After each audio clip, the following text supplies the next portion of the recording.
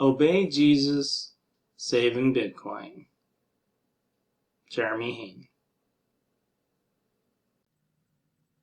This is Genesis chapter 34. Revenge against Shechem. One day, Dinah, the daughter of Jacob and Leah, went to visit some of the young women who lived in the area. But when the local prince, Shechem, son of Hamor the Hivite, saw Dinah, he seized and raped her. But then he fell in love with her, and he tried to win her affection with tender words. He said to his father, Hamor, give me this young girl, I want to marry her. Soon Jacob heard that Shechem had defiled his daughter, Dinah. But since his sons were out in the fields herding his livestock, he said nothing until they returned. Hamor, Shechem's father, came to discuss the matter with Jacob. Meanwhile, Jacob's sons had come in from the field as soon as they heard what had happened. They were shocked and furious that their sister had been raped. Shechem had done a disgraceful thing against Jacob's family, something that should never be done.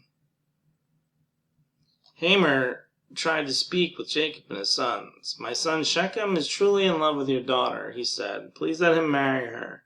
In fact, let's arrange other marriages too. You give us your daughters for our sons, and we will give you our daughters for your sons. And you may live among us. The land is open to you. Settle here and trade with us, and feel free to buy property in the area. Then Shechem himself spoke to Dinah's father and brothers. Please be kind to me, and let me marry her.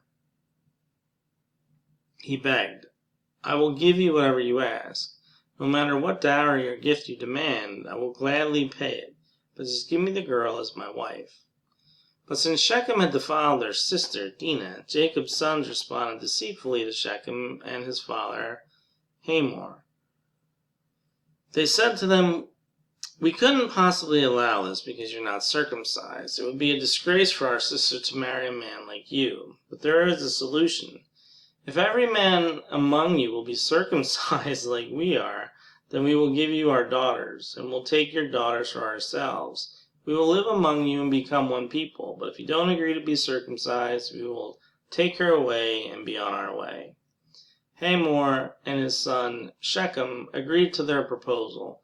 Shechem wasted no time in acting on this request, for he wanted Jacob's daughter desperately. Shechem was a highly respected member of his family, and he went with his father Hamor to present this proposal to the leaders at the town gate. These men are our friends, they said. Let's invite them to live here among us and trade freely. Look, the land is large enough to hold them. We can take their daughters as wives and let them marry ours. But they will consider staying here and becoming one people with us only if all of our men are circumcised just as they are. But if we do this, all their livestock and possessions will eventually be ours. Come, let's agree to their terms and let them settle here among us. So all the men in the town council agreed with Hamor, and Shechem and every male in the town was circumcised.